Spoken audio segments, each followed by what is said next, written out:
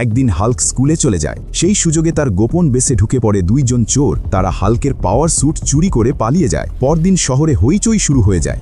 দেখা যায় দুইজন লোক হাল্কের স্যুট পরে রাস্তায় তাণ্ডব চালাচ্ছে। কোথাও বাস আর গাড়ি উল্টে দিচ্ছে, কোথাও আবার বিল্ডিং ভেঙে ফেলছে।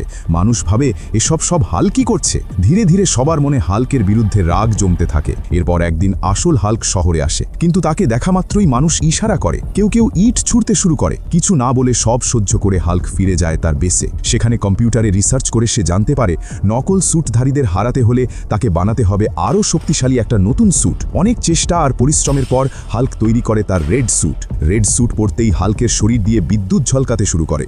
সে আর দেরি না করে নকল হাল্কদের থামাতে বেরিয়ে পড়ে। শহরের মাঝেই শুরু হয় ভয়ঙ্কর যুদ্ধ। দুজনের সাথে একা লড়ে হাল্ক একসময় দুর্বল হয়ে পড়ে যায়। মাটিতে বসে হাত জোড় করে সে বলে, বন্ধুরা, তোমাদের সাহায্য দরকার। তাড়াতাড়ি ভিডিওতে লাইক দাও আর চ্যানেলটা সাবস্ক্রাইব করো। সেই মুহূর্তেই হাল্কের শক্তি দ্বিগুণ হয়ে যায়। সে ঝাঁপিয়ে পড়ে আর দুজন নকল স্যুটধারীকে পরাজিত করে। সব সত্য সামনে আসতেই মানুষ বুঝতে পারে হাল্ক নির্দোষ।